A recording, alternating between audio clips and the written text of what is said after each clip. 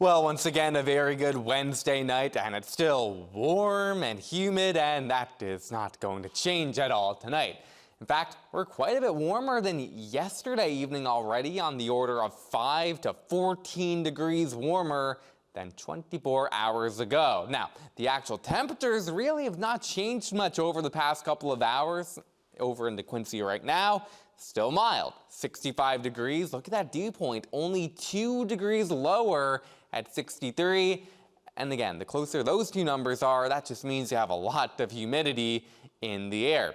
Here's the culprit. Southeasterly winds in place around 5 to 15 miles per hour on average, even gusting to 20 miles per hour in Jennings.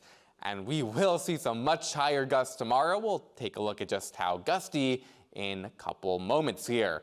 But across southwest Louisiana and the region, things are generally pretty quiet with some cloud cover still streaming in. Maybe a couple showers trying to get going into the Gulf. Can't rule out one or two moving in overnight. Overall, though, I think they'll be pretty limited. But we take a look off to the west. Here's where bigger changes are taking place. More clouds, rain developing over in central Texas. That batch of rain is moving in a northerly direction, so it's nothing we have to worry about locally tonight.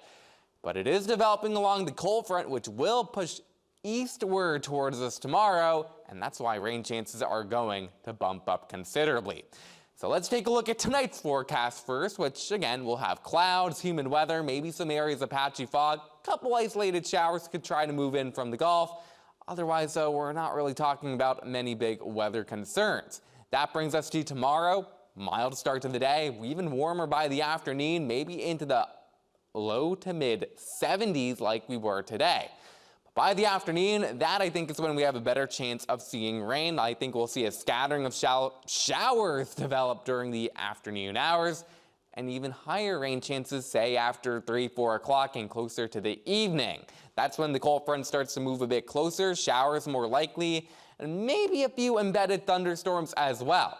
Now, here's a bit of good news. The latest models came in and updated this evening, and they're still pretty bearish on the idea of having any sort of strong thunderstorms.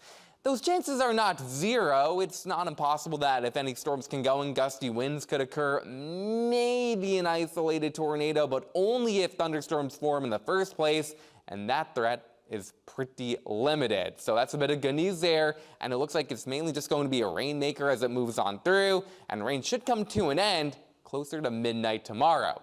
Now, outside of any thunderstorms, don't be mistaken. It is still going to get pretty windy with wind gusts between 25 and 35 miles per hour, maybe closer to 40 miles per hour in the afternoon as that cold front moves on through. So definitely, if you haven't already, maybe not a bad idea to secure any loose items you have out and about.